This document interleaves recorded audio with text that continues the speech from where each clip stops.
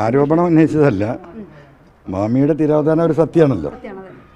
ആ സത്യത്തിന് പിറകിൽ ചില ഗൂഢനീക്കങ്ങളുണ്ടോ എന്നതാണ് ഞാൻ സംശയം പ്രകടിപ്പിച്ചത്.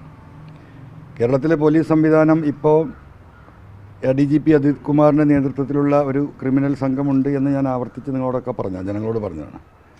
അതിന് അടിവരയിടുന്ന ഒരുപാട് തെളിവുകൾ ഇന്നലെ തൃശ്ശൂർ DIGയുമായി എൻ്റെ സ്റ്റേറ്റ്മെൻ്റ് എടുത്തപ്പോൾ വിശദീകരിച്ച് പറയുകയും ലഭ്യമായ തെളിവുകളും സൂചനാ തെളിവുകളും നൽകിയിട്ടുണ്ട്. ഇപ്പോൾ ബഹുമാനപ്പെട്ട മുഖ്യമന്ത്രിക്ക് ഞാൻ നൽകിയ പരാതിയിലെ ഒരു പ്രധാന വിഷയം ഈ മാമി തിരോധാനം തന്നെയായിരുന്നു. അദ്ദേഹവുമായി ആ വിഷയങ്ങൾ ഞാൻ വിശദമായി ചർച്ച ചെയ്തതായിരുന്നു. കാരണം ഞാൻ ഈ പരാതി കൊടുക്കുന്നതിൻ്റെ ഒരാഴ്ച മുമ്പാണ് ബക്കർ ഉൾപ്പെടെയുള്ള ആക്ഷൻ കമ്മിറ്റിയും ഈ പറയുന്ന അവരുടെ ബന്ധുക്കളും എന്നെ വന്ന് കണ്ടുകൊണ്ട് കാര്യങ്ങൾ പൂർണ്ണമായും വിശദീകരിക്കുകയും അവസാനമായി ബഹുമാനപ്പെട്ട മുഖ്യമന്ത്രിയെ കണ്ടപ്പോൾ കുടുംബത്തെ ബഹുമാനപ്പെട്ട മുഖ്യമന്ത്രി ആശ്വസിപ്പിക്കുകയും കൃത്യമായ അന്വേഷണം നടക്കും, ഇത് ക്രൈംബ്രാഞ്ചിനെ ഏൽപ്പിക്കുമെന്ന് വാക്ക് നൽകിയതുമായിരുന്നു. അങ്ങനെ ഇവർ പറയുന്നതനുസരിച്ച് അത് ക്രൈംബ്രാഞ്ചിന് അദ്ദേഹം നോട്ട് നൽകി കൊടുത്തു. പക്ഷേ ഇവിടെ വന്നപ്പോൾ DGP അജിത് കുമാറിൻ്റെ ഒരു ഓർഡറാണ് വന്നത്. അത് സ്റ്റേറ്റ് ക്രൈംബ്രാഞ്ച് അന്വേഷണത്തിന് പകരം SIT രൂപീകരിച്ചുകൊണ്ട് മുമ്പുണ്ടായിരുന്ന ഇവർക്ക് സംശയമുള്ള ഓഫീസർമാരടക്കമുള്ള അന്വേഷണത്തിൽ സത്യസന്ധമായി പോകുന്നില്ല എന്നുള്ള അവരുടെ സന്ദേഹമുള്ള ഓഫീസർമാരുൾപ്പെടെ പേരിന് വേറെ ഒരു 3-4 പേരെ കൂടെ ചേർത്തിക്കൊണ്ടുള്ളൊരു SIT ടീമിനെ നിയോഗിച്ചതായിട്ടാണ് ഈ പറയുന്ന DGP അജിത് കുമാറിൻ്റെ ഓർഡർ വന്നത്. അത് ഇവരെ സംബന്ധിച്ച് വളരെ ഞെട്ടിപ്പിക്കുന്നതായിരുന്നു. ആ വിവരം എന്നെ ധരിപ്പിച്ചു. അപ്പോൾ ഞാൻ ബഹുമാനപ്പെട്ട മുഖ്യമന്ത്രിക്ക് കൊടുത്ത പരാതിയിൽ ആ കാര്യം കൂടി സൂചിപ്പിച്ചു, വിശദമായി പറയുന്നുണ്ട്. അതിൻ്റെ അടിസ്ഥാനത്തിലാണ് ഇപ്പം എത്രയും പെട്ടെന്ന് ഇങ്ങനെ സ്റ്റേറ്റ് ക്രൈംബ്രാഞ്ചിനെ ഏൽപ്പിച്ചുകൊണ്ട് കോഴിക്കോട് ക്രൈംബ്രാഞ്ച് IGയെ ചുമതല ഏൽപ്പിച്ചുകൊണ്ടുള്ള ബഹുമാനപ്പെട്ട മുഖ്യമന്ത്രിയുടെ ഓർഡർ വരുന്നത്. അപ്പോൾ ഇതിൽ നിന്ന് പൊതുജനം മനസ്സിലാക്കേണ്ട ഒരു കാര്യമുണ്ട്. ഞാൻ ഉയർത്തിയ പരാതിയുടെ അടിസ്ഥാനത്തിൽ ഒരു IPS ഓഫീസറെ മൂന്നാമത്തെ ദിവസം സസ്പെൻഡ് ചെയ്തു, സുജിത് ദാസ്. രണ്ടാമത് ഉയർത്തിയ ഏറ്റവും വലിയ വിഷയം എന്ന് പറയുന്നത് ഈ മാമി കേസായിരുന്നു. അതിന് ക്രൈംബ്രാഞ്ചിൻ്റെ ഏറ്റവും ഉന്നതനായ ഈ ഏരിയയിലെ ഉന്നതൻ എന്ന് പറയുന്നത് IG-യാണ്. അദ്ദേഹത്തിൻ്റെ ചുമതലയിൽ തന്നെ നല്ല ടീമുണ്ടാക്കി അന്വേഷിക്കാൻ പറഞ്ഞിട്ട് ഗവൺമെൻറ് ഓർഡറാക്കി. അതായത് നമ്മുടെ അന്വേഷണങ്ങൾ വളരെ ദ്രുതഗതിയിൽ നടക്കുകയാണ്. അതുകൂടി നിങ്ങൾ ജനങ്ങളോട് പറയേണ്ടതുണ്ട്. അപ്പോൾ മുഖ്യമന്ത്രി ഈ വിഷയം വളരെ ഗൗരവമായി എടുത്തിരിക്കുകയാണ്. ഓഫീസർമാർ പങ്കെടുത്ത ആ സമ്മേളനത്തിൽ DGPയെ ഇരുത്തിക്കൊണ്ട് തന്നെ കേരളത്തിലെ മുഴുവൻ സംസ്ഥാന പോലീസ് ഉദ്യോഗസ്ഥരെയും ഇരുത്തുന്ന സദസ്സിലാണ് അദ്ദേഹം കേരളത്തിലെ ജനങ്ങളോട് പറഞ്ഞ് പോലീസിൽ ചില പുഴുക്കുത്തുകളുണ്ട്, ആ പുഴുക്കുത്തുകളെ ഒരു നിലക്കും അച്ചടക്കരാഹിത്യവും ഈ പറയുന്ന ക്രിമിനലിസവും പോലീസിൽ നടപ്പിലാക്കാൻ അനുവദിക്കില്ല എന്ന് പറഞ്ഞ് കഴിഞ്ഞതിന് ശേഷമാണ് ഈ പറഞ്ഞ നടപടികളൊക്കെ ഉണ്ടാകുന്നത്. അപ്പോൾ എയർപോർട്ടിലെ സ്വർണ്ണക്കള്ളക്കടത്തുമായി ബന്ധപ്പെട്ടാലും ഈ പറയുന്ന എടവണ്ണയിലെ റിദാൻ വധക്കേസായാലും ഞാൻ ഉയർത്തിയ മറ്റു കാര്യങ്ങളായാലും കൃത്യമായ നടപടികൾ അതിലേക്ക് കടന്നുകൊണ്ടിരിക്കുകയാണ്. DGP അജിത് കുമാർ അടക്കമുള്ള ഉന്നത ഉദ്യോഗസ്ഥരുടെ ഇത്തരത്തിലുള്ള ക്രിമിനൽ ഇൻവോൾവ്മെൻറ്റിനെ കുറിച്ചുള്ള കാര്യങ്ങൾ അന്വേഷിക്കാനാണ് ഒരു മാസത്തിനുള്ളിൽ റിപ്പോർട്ട് നൽകാൻ മുഖ്യമന്ത്രി കഴിഞ്ഞാൽ പോലീസിൻ്റെ ഏറ്റവും വലിയ ഹെഡ് എന്ന് പറയുന്നത് സ്റ്റേറ്റ് പോലീസ് ചീഫ്, നമ്മൾ DGP എന്ന് പറയും, അദ്ദേഹത്തിൻ്റെ ചുമതലയിൽ ഇന്നലെ ബഹുമാനപ്പെട്ട IG തൃശ്ശൂർ DIG ആണ് എൻ്റെ സ്റ്റേറ്റ്മെൻ്റ് എടുത്തത്. നിങ്ങളതിൽ ഒരു കാര്യം പൊതുസമൂഹവും പത്രക്കാരും മനസ്സിലാക്കേണ്ടത്, ഞാനും ഈ IG-യും മാത്രമാണ് ഏകദേശം 9 മണിക്കൂർ, വേറെ ഒരാളില്ല. മുഴുവൻ IG സ്വന്തം കൈപ്പടയിലാണ് എൻ്റെ സ്റ്റേറ്റ്മെൻറ്റ് എഴുതിയെടുത്തത്. ചരിത്രത്തിൽ ഇങ്ങനെ കേസ് ഉണ്ടായിട്ടുണ്ടോ എന്നറിയില്ല. സ്വാഭാവികമായും അദ്ദേഹത്തിൻ്റെ കൂടെ ഒരു SP-യോ DYSP-യോ കൂടെ വന്ന് അദ്ദേഹം അവിടെ ഇരുന്ന് എഴുതിയെടുക്കും, അല്ലെങ്കിൽ ഒരു CI-യോ SI-യോ ഒക്കെ ആവാം, അല്ലെങ്കിൽ അദ്ദേഹത്തിന് വിശ്വസ്തനായ ഒരു റൈറ്റർ ആവാം. ഇവരാണ് എഴുതിയെടുക്കാറ്. പക്ഷേ അതിനൊക്കെ വിപരീതമായിട്ട് മുകളിലിരിക്കുന്ന പടച്ചവനും ഞാനും ഈ സ്റ്റേറ്റ്മെൻ്റ് എടുത്ത IG-യും അല്ലാതെ മറ്റൊരാളും ഞാൻ ഈ പറയുന്ന കാര്യങ്ങൾ പുറത്തു പോകരുതെന്ന വളരെ സതുദ്ദേശത്തോട് കൂടിയിട്ടാണ് പോലീസ് ഇപ്പോൾ രംഗപ്രവേശനം ചെയ്തിരിക്കുന്നത്. അതൊരു സത്യമാണ്. അപ്പോൾ സ്വാഭാവികമായിട്ടും നമ്മൾ മാമി കേസിലേക്ക് വരികയാണെങ്കിൽ ഏകദേശം 13 മാസത്തോളമായി ഈ തിരോധാനം ഇങ്ങനെ കേരളത്തിൽ ഒരിക്കലും ഉണ്ടായിട്ടില്ല. അതുകൊണ്ട് തന്നെ കുടുംബം ഈ വിഷയം ആക്ഷൻ കമ്മിറ്റിയും വന്ന് പറയുമ്പോൾ എനിക്ക് എൻ്റെ മനസ്സിലുണ്ടായ കുറേ ചിന്തകളുണ്ട്. കാരണം അങ്ങനെയാണ്, ഞാനൊരു 6-7 മാസമായിട്ട് ഇതിൻ്റെ പിന്നിലാണെന്ന് ഞാൻ പറഞ്ഞതാണ്. അപ്പോൾ അതിൽ കാണുന്ന കുറേ സംഗതികൾ കൂട്ടി വായിക്കുമ്പോൾ ഇതുമായി ബന്ധപ്പെട്ട് ഇതിൻ്റെ പിന്നിൽ നടന്ന ദുരൂഹത എന്തായിരിക്കാമെന്ന ഒരു ഡൗട്ട് എനിക്കുണ്ട്. അത് ഞാനിപ്പോൾ ഇവിടെ ഡിക്ലെയർ ചെയ്യുന്നില്ല, കേസിനെ ബാധിക്കുന്നൊരു പ്രശ്നമായതുകൊണ്ട്. സ്വാഭാവികമായിട്ടും ഇത്തരം കാര്യങ്ങൾ ബഹുമാനപ്പെട്ട IG-യെ കണ്ട് കുടുംബം ഇത് അവതരിപ്പിക്കുമ്പോൾ എനിക്ക് തോന്നിയ തോന്നലുകളും എനിക്ക് കിട്ടിയ അറിവുകളും എനിക്ക് കിട്ടിയ സൂചനാ തെളിവുകളും ഇതേപോലെ ഒരു സീൽ ചെയ്ത കവറിൽ ബഹുമാനപ്പെട്ട ക്രൈംബ്രാഞ്ച് IG-ക്കും സ്പെഷ്യൽ ഇൻവെസ്റ്റിഗേഷൻ ടീമിൻ്റെ ഹെഡ് എന്ന നിലക്കുള്ള DGP-ക്കും ഞാൻ നൽകുന്നതായിരിക്കും. സ്വാഭാവികമായിട്ടും ഇതിൻ്റെ ഒരു മാസക്കാലത്തെ എന്താ പറയുക, ഈ അന്വേഷണത്തിൻ്റെ സത്യസന്ധമായ പോക്ക് ഇത് ഇതിൻ്റെ ഒരു എൻഡിലേക്ക് എത്താൻ സാധിക്കും. 2-3 മാസം കൊണ്ട് ഒരുപക്ഷെ പോലീസിനെ സംബന്ധിച്ച് ഇപ്പോൾ പോകുന്ന സ്പീഡിൽ, ഇപ്പോൾ പോകുന്ന ജാഗ്രതയിൽ, ഇപ്പോൾ പോകുന്ന ഈ സത്യസന്ധതയിൽ പോലീസ് മുന്നോട്ട് പോയാൽ മാമിക്ക് എന്ത് സംഭവിച്ചു എന്ന് കേരളത്തിലെ ജനങ്ങൾക്ക് കാണാൻ കഴിയും. അതുകൊണ്ട് പൊതുസമൂഹം ഗവൺമെൻറ്റിലും മുഖ്യമന്ത്രിയിലും വിശ്വാസമർപ്പിച്ചുകൊണ്ട് പോലീസിലെ ഈ പറയുന്ന ചെറിയ പുഴുക്കുത്തുകളുണ്ടാക്കിയ ക്രിമിനലിസം കേരളം മുഴുവൻ അൺസേഫാണ് എന്ന രീതിയിലുള്ള വരുന്ന വാർത്തകൾ അതെല്ലാം മാറ്റി നിർത്തിക്കൊണ്ട് കേരളത്തിൽ സത്യസന്ധമായൊരു പോലീസ് എൻക്വയറി നടന്ന് ഇതിനൊരു റിസൾട്ട് ഉണ്ടാകുമെന്ന് തന്നെയാണ് ഈ നിമിഷം ഒരു പൊതുപ്രവർത്തകൻ എന്ന നിലക്ക്, ഈ വിഷയത്തിലൊരു പരാതിക്കാരൻ എന്ന നിലക്ക് ഞാൻ പ്രതീക്ഷിക്കുന്നത്. നല്ലത് വരട്ടെ എന്ന് നമുക്ക് സർവ്വശക്തനോട് പ്രാർത്ഥിക്കാം. പറഞ്ഞിരിക്കുന്നത് ഇപ്പം ഇതുവരെയുള്ള താങ്കളുടെ സമരം ഏതാണ്ട് ഫലം കണ്ടു എന്ന രീതിയിലാണ്. അല്ല, ഞാൻ അങ്ങനത്തെ വാദഗതിയൊന്നും എനിക്കില്ല, അതിൽ ആളാവാനും ഞാനില്ല. അങ്ങനെയൊന്നും നിങ്ങൾ തെറ്റിദ്ധരിക്കണ്ട.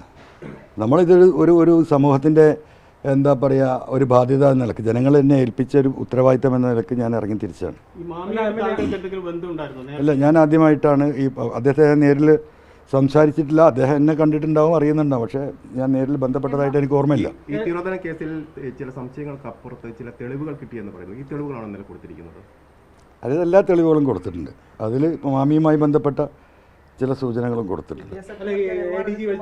കേരളത്തിനകത്തും പുറത്തുള്ള റിയൽ എസ്റ്റേറ്റ് വ്യാപാരികൾ അടുത്ത ബന്ധം പുലർത്തുന്നയാളാണ് ഈ പറഞ്ഞ മാമി. ADGP അജിത് കുമാർ എന്താണ് ഇയാളായിട്ടുള്ള ഒരു തിരോധാനത്തിന് ബന്ധം? അല്ല, അത് ഞാൻ പറഞ്ഞില്ലേ, ഇതൊക്കെ ഇൻ്റർ കണക്റ്റഡ് ആണ്. ഞാനിപ്പോൾ ഉന്നയിച്ചു കൊണ്ടിരിക്കുന്ന, മുഖ്യമന്ത്രിക്ക് എഴുതി കൊടുത്തിട്ടുള്ള ഈ വളരെ സീരിയസ് ആയിട്ടുള്ള മാമി കേസ് അടക്കമുള്ള കേസുകൾ മൊത്തത്തിൽ ഇതൊരു ഇൻ്റർലിങ്ക്ഡ് ആയിട്ട് ഈ പറയുന്ന അജിത് കുമാറിൻ്റെ ADGP അജിത് കുമാറിൻ്റെ ഒളിഞ്ഞും തെളിഞ്ഞുമുള്ള ഇൻവോൾവ്മെൻറ്റ് ഈ കേസിലുമുണ്ട് എന്നാണ് ഞാൻ ഉറച്ചു വിശ്വസിക്കുന്നത്. ഈ ഒരു സാഹചര്യത്തിൽ ക്രൈംബ്രാഞ്ചിൻ്റെ അന്വേഷണം എത്രത്തോളം പര്യാപ്തമാണ്? ഇല്ല, ക്രൈംബ്രാഞ്ച്, എനിക്ക് ഈ കുടുംബത്തോട് അപേക്ഷിക്കാനുള്ളത്, ഇവരിപ്പോൾ ആക്ഷൻ കമ്മിറ്റി ഹൈക്കോർട്ടിൽ CBI അന്വേഷണത്തിന് പോയിട്ടുണ്ടല്ലോ, അടുത്ത മാസത്തേക്ക് വെച്ച്. എനിക്ക് ആക്ഷൻ കമ്മിറ്റിയോടും കുടുംബത്തോടും അഭ്യർത്ഥിക്കാനുള്ളത്, 1-ാം തീയതി കേസ് വരുമ്പം നിങ്ങളത് നോട്ട് പ്രസ് പറയണമെന്നാണ് എൻ്റെ ആഗ്രഹം. ഈ ഒരു അന്വേഷണം കഴിയുന്നത് വരെയെങ്കിലും നിങ്ങൾ കാത്തിരിക്കണം. കേരളത്തിൽ തന്നെ നല്ല ഉദ്യോഗസ്ഥരുണ്ട്, സത്യസന്ധരായ എത്രയോ IPSകാരും അതിലേക്ക് താഴേക്കുള്ള DYSPമാരും CIമാരും SIമാരും നല്ല മിടുക്കരായിട്ടുള്ള പോലീസ് കോൺസ്റ്റബിൾമാരുമുള്ള ഒരു സംസ്ഥാനമാണ്. ഇന്ത്യയിലെ ഏറ്റവും നല്ല പോലീസിങ്ങുള്ള സ്റ്റേറ്റാണ്. ലോകത്തിലെ തന്നെ പല പോലീസിങ്ങിനോടും കിടപിടിക്കുന്ന കുറ്റാന്വേഷണ ഹിസ്റ്ററിയിലുള്ള പോലീസാണ്. അപ്പം ഇതിനെ ഒന്ന് പിടിച്ച് തിരിച്ചതിനപ്പുറം ഈ സംവിധാനത്തിൻ്റെ അടിത്തറ പൊളിഞ്ഞു എന്നൊന്നും ആരും തെറ്റിദ്ധരിക്കരുത്. അതുകൊണ്ട് എനിക്കെൻ്റെ ഈ കുടുംബത്തോടും ആക്ഷൻ കമ്മിറ്റിയുടെ എന്താ പറയുക സംഘാടകരോടും കമ്മിറ്റിയെക്കാരോടും പൊതുസമൂഹത്തിന് മുൻനിർത്തിക്കൊണ്ട് പറയാനുള്ളത്, നിങ്ങൾ തൽക്കാലം, നിങ്ങൾക്ക് ഓപ്ഷൻ ഉണ്ട്, ഈ അന്വേഷണം കൂടി ഒന്ന് മുന്നോട്ട് പോട്ടെ. അടുത്ത 1-ാം തീയതിയാണ് ആ പെറ്റീഷൻ വരുന്നതെങ്കിൽ തൽക്കാലം കോടതിയിൽ വക്കീലിനോട് പറഞ്ഞിട്ട് അത് നോട്ട് പ്രസ് പറഞ്ഞ് അത് മാറ്റി വെപ്പിക്കണം. നമ്മൾ 1-2 മാസം നമ്മൾ വെയിറ്റ് ചെയ്യണം. അല്ലാതെ CBI വന്നുകൊണ്ട് ഈ കേസ് തെളിയും എന്ന് ഞാൻ വിശ്വസിക്കുന്നില്ല. കാരണം ഞാൻ മനസ്സിലാക്കുന്നത് അത് CBI തള്ളിപ്പറയുകയല്ല. ഈ പറയുന്ന ADGP അജിത് കുമാറിനും സംഘത്തിനുമൊക്കെ വ്യക്തിപരമായ പല ബന്ധങ്ങളും ഇത്തരം മേഖലകളിലൊക്കെ ഉണ്ട്. അപ്പോൾ ആ ലെവലിലുള്ള, കാരണം അത്രയും ക്രിമിനൽ മൈൻഡുള്ള ആളുകളാണ് ഇപ്പുറത്തുള്ളത് എന്നതുകൊണ്ട് നിങ്ങളെ സംബന്ധിച്ച്, മാമിയുടെ കുടുംബത്തിനെ സംബന്ധിച്ച് ബഹുമാനപ്പെട്ട മുഖ്യമന്ത്രിയിൽ വിശ്വാസം അർപ്പിച്ച് ഇപ്പോൾ നിശ്ചയിക്കപ്പെട്ടിട്ടുള്ള ക്രൈംബ്രാഞ്ചിൻ്റെ ഇൻവെസ്റ്റിഗേഷൻ എങ്ങനെ പോകുന്നുണ്ട് നിങ്ങൾക്ക് ഒരു മാസം കഴിയുമ്പോൾ അറിയാലോ. അതുവരെ വെയിറ്റ് ചെയ്യണമെന്ന് എൻ്റെ അഭിപ്രായം. ഇങ്ങനെ അല്ല, അത് നമ്മൾ പ്രൊജുഡീസ് ചെയ്യേണ്ട, മുൻകൂട്ടി കാണണ്ട. അദ്ദേഹത്തിൻ്റെ അപ്പർ ഹാൻഡിൽ നിന്ന് മറികടന്നുകൊണ്ടാണല്ലോ DGPയെ തന്നെ ഡയറക്റ്റ് ഏൽപ്പിച്ചിട്ടുള്ളത്. അപ്പോൾ DGPയെക്കുറിച്ച് അന്വേഷിച്ചിടത്തോളം നല്ല മനുഷ്യനാണ് എന്നുള്ള വിവരമാണ് എനിക്ക് കിട്ടിയിട്ടുള്ളത്. സ്വാഭാവികമായും ഇതൊരു മനുഷ്യത്വമുള്ള, സാമൂഹ്യ പ്രതിബദ്ധതയുള്ള ഒരു സീനിയർ ഓഫീസറുടെ നേതൃത്വത്തിൽ ഇത് അന്വേഷിക്കുമ്പോൾ ആ മനുഷ്യത്വവും ആ സാമൂഹ്യ പ്രതിബദ്ധതയും സത്യസന്ധമായ അന്വേഷണത്തിൽ വെളിവാക്കപ്പെടും എന്നാണ് ഞാൻ വിശ്വസിക്കുന്നത്. MLA നേരത്തെ പറഞ്ഞ കാര്യങ്ങൾ ഗുണപരമായ ചില ഇടപെടലുണ്ടായി, ഉദ്യോഗസ്ഥർക്ക് നടപടികളുണ്ടായി എന്ന് പറയുമ്പോൾ ആ അർത്ഥത്തിൽ ശരിയാണ്. പക്ഷേ താങ്കൾ മുഖ്യമന്ത്രി പൊളിറ്റിക്കൽ സെക്രട്ടറിക്ക് ഗുരുതരമായ രാഷ്ട്രീയ ആരോപണം ഉന്നയിച്ചിട്ടുണ്ട്. പക്ഷേ അത് പാർട്ടി ഇതുവരെ ഗവനിച്ചില്ല, അതൊരു പ്രതികരണമൊക്കെ അനുകൂലമായ പ്രതികരണം ഉണ്ടായില്ല. അത്തരത്തിലൊരു പ്രതികരണം പാർട്ടിയുടെ ഭാഗത്തുനിന്ന് ഉണ്ടാകുമെന്ന് കരുതുന്നുണ്ടോ? P. ശശിക്കെതിരെ ഉന്നയിച്ച ആരോപണങ്ങളിൽ നോ കമൻസ് ഓൺ പൊളിറ്റിക്സ്. അത് ഞാൻ പറയും. 1 മിനിറ്റ്. ഇത് നിങ്ങൾക്ക് എന്തെങ്കിലും അജണ്ട ഉണ്ടെങ്കിൽ ഇത്തരത്തിലൊരു നല്ല രീതിയിൽ കാര്യങ്ങൾ മുന്നോട്ട് പോകുമ്പോൾ ഇതിനെ നിങ്ങളുടെ താല്പര്യപ്രകാരം അല്ലെങ്കിൽ മറ്റാരുടെയും താല്പര്യപ്രകാരം ഇതിനെ വീണ്ടും വളച്ചൊടിക്കാനാണ് നിങ്ങളുടെ ശ്രമമെങ്കിൽ നോ കമൻസ് ഓൺ പൊളിറ്റിക്സ്. ഞാൻ ഈ രാഷ്ട്രീയത്തിൽ അഭിപ്രായമേ പറയില്ല, ആരും ചോദിക്കണ്ട. ഞാൻ ഈ ഉന്നയിച്ചിരിക്കുന്ന കേസുകളുടെ പിന്നാലെ ഈ അന്വേഷണ ഏജൻസിയുമായി അവരെ സഹായിക്കാൻ തെളിവുകൾ നൽകുന്ന ആളുകളുമായി ബന്ധപ്പെട്ടുള്ള പ്രവർത്തനം മാത്രമേ ഇനി അടുത്ത ദിവസങ്ങളിൽ നിങ്ങൾ പ്രതീക്ഷിക്കേണ്ടതുള്ളൂ. MR അജിത് കുമാറിന് മാത്രമാണോ ഈ ഇടപെടലിൽ മറ്റേ ഈ മാമി കേസിന്റെ തിരോധാനത്തിൽ പങ്കുള്ളത്, അല്ലെങ്കിൽ ഈ സുജിത് ദാസിനുണ്ടോ അത്തരമൊരു? അല്ല, അത് ഇപ്പോൾ നമുക്ക് പറയാനായിട്ടില്ല. MR അജിത് കുമാറിൻ്റെ ഒരു കറുത്ത കൈകൾ ഇതിൻ്റെ പിന്നിൽ എനിക്ക് വിസിബിൾ ആവുന്നുണ്ട്. അത് എത്രത്തോളം ഉണ്ട് എന്നുള്ളത് അന്വേഷണത്തിന് അതിന് ഉതകുന്ന തെളിവുകളുണ്ട്. അത് അന്വേഷണത്തിൽ വെളിവാക്കപ്പെടുകയുള്ളൂ. താങ്കൾ വന്നിട്ട് വാർത്താ സമ്മേളനത്തിൽ അദ്ദേഹത്തിന്റെ ഈ മാമിയുടെ ആയുസിന് ജീവൻ എന്തോ തകരാറ് പറ്റി എന്നുള്ളൊരു ധ്വനി താങ്കളുടെ സംസാരത്തിലുണ്ടായിരുന്നു. അതിന്റെ പിറകിൽ MR അജിത് കുമാർ ആണ് എന്നാണ് താങ്കൾ സംശയം? അല്ല, ഞാൻ പറഞ്ഞല്ലോ, മാമി തിരോധാനമായി ഈ ഭൂമിയിൽ നിന്ന് നിഷ്കാസനം ചെയ്യപ്പെട്ടതാണോ, ഈ പറയുന്ന ഇത്ര ക്രിമിനൽ സംഘങ്ങളുടെ കേന്ദ്രങ്ങളിൽ ബന്ധിക്കപ്പെട്ടിരിക്കുകയാണെന്നൊന്നും നമുക്കിപ്പോൾ പറയാൻ കഴിയില്ല.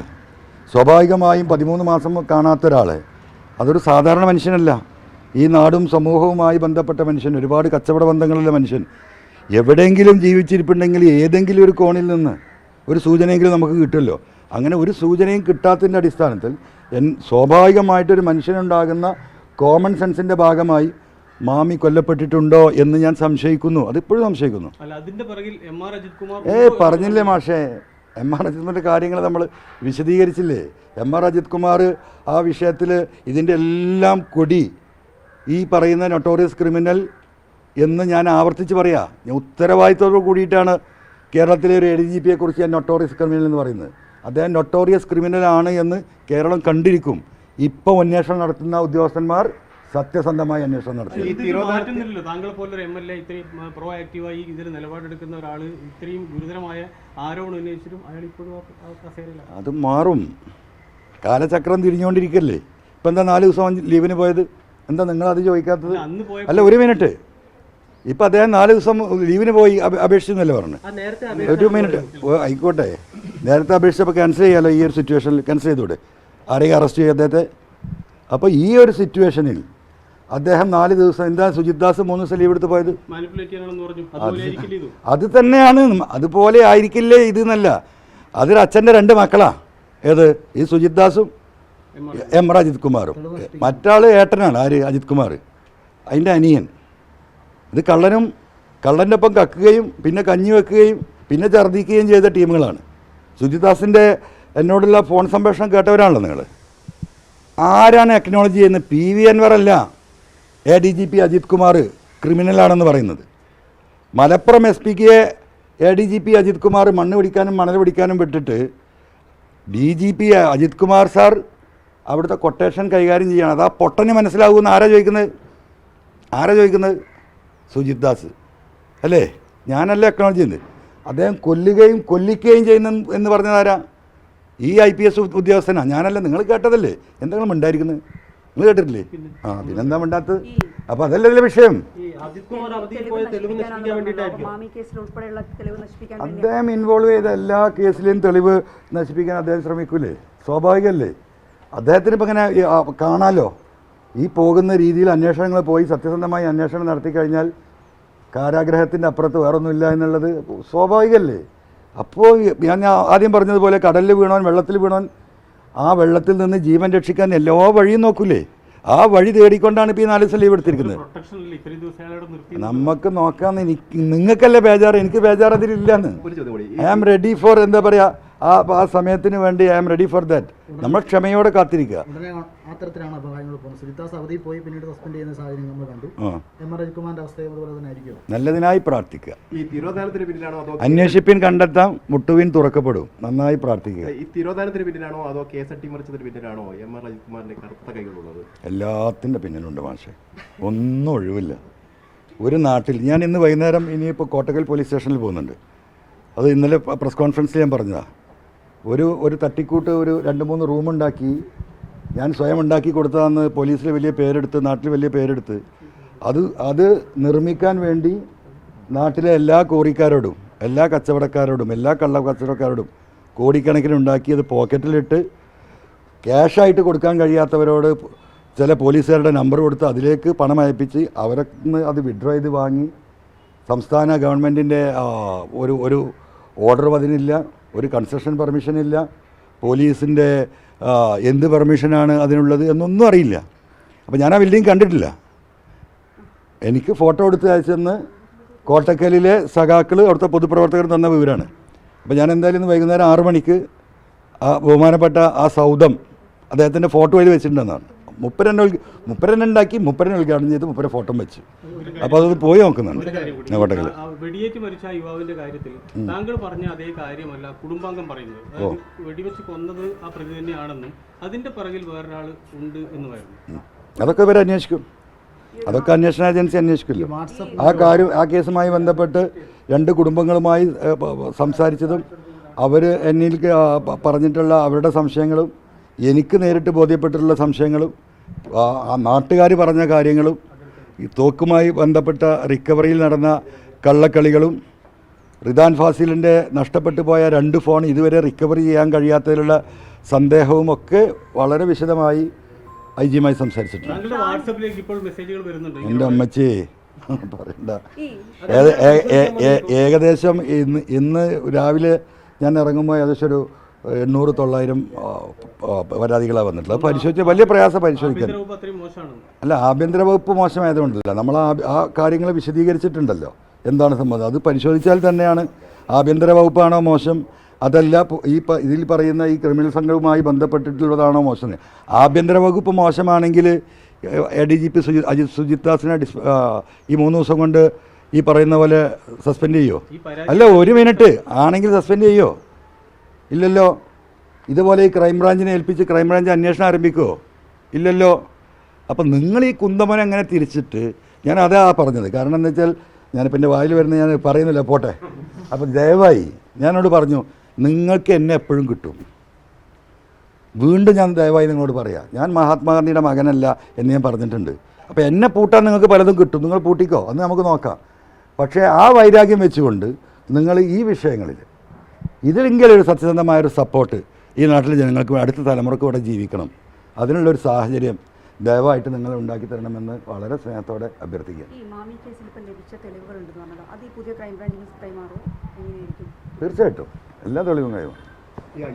അവരുടെ മകള് ഒരു പുതിയ പെറ്റീഷന് IG-ക്ക് കൊടുക്കാൻ വേണ്ടിയിട്ട് ഇപ്പോൾ ഞങ്ങൾ സംസാരിച്ച് തീരുമാനിച്ചിട്ടുണ്ട്.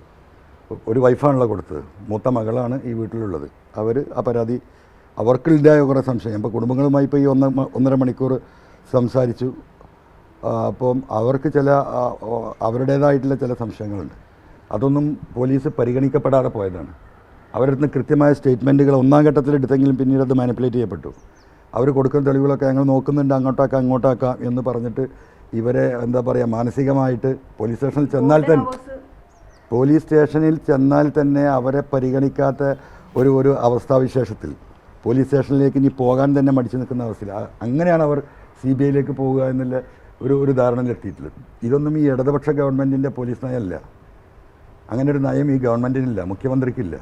അപ്പോൾ ഇതാണ് നയം എന്ന് വരുത്തി തീർക്കുന്ന ഈ ക്രിമിനൽ സംഘം, ഈ പുഴുക്കുത്തുകൾ, അവർക്കെതിരെയാണ് ഫൈറ്റ്. സംഘത്തെ രൂപീകരിച്ചതിന്റെ നേതൃത്വം ശശിധരനാണ് കൊടുത്തിരുന്നത്, മലപ്പുറം SP. അതൊക്കെ പോയല്ലോ. അതെങ്ങനെ അങ്ങനെ സംഭവിച്ചു? അല്ല, അങ്ങനെ പലതും സംഭവിച്ചിട്ടുണ്ട്, നിങ്ങൾ അറിയാത്തതും സംഭവിച്ചിട്ടുണ്ട്. അതാണല്ലോ ഇപ്പോൾ മാറി മറിയുന്നത്. അത് പോട്ടെ, കഴിഞ്ഞത് പോട്ടെ. നമ്മൾ ഇതൊരു ക്ലീൻ ഷീറ്റിൽ നിന്ന് ആരംഭിക്കുകയാണ്. അട്ടിമറിയിൽ അദ്ദേഹത്തിന് പങ്കിട്ടെന്നാണ്.